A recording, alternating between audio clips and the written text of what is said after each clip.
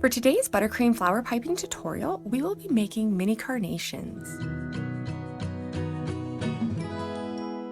For this tutorial, you will need a number 102 petal piping tip, and we want to pipe with the narrow end facing up.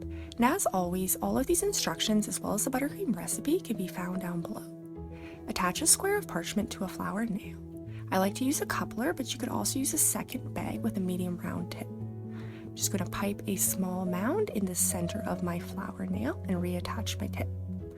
Now, with the narrow end facing up, we'll begin piping our petals. So you want to apply pressure, pull up, and then dip back down. You will notice that for the first row of petals, I am angling towards the center, and I just want to cover up that point on the top of the mound. For the next layer of petals, we'll just move our tip down slightly on that mound, and we're just going to change our angle so that our tip is facing straight up and down. So for this layer, we'll apply pressure, pull up and dip back down, but you'll notice that I'm wiggling my tip slightly, and that's going to give a nice ruffled edge on our carnation petals. So for the third layer, move down the mound again and increase the angle to about 30 degrees, and this is going to give a nice full shape to the flower.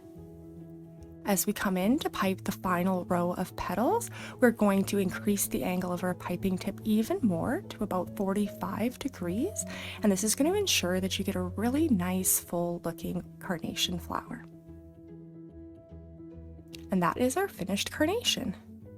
If you have enjoyed this tutorial, I'd appreciate it so much if you would like or subscribe, and I'm going to link a couple more flower piping tutorials here for you as well.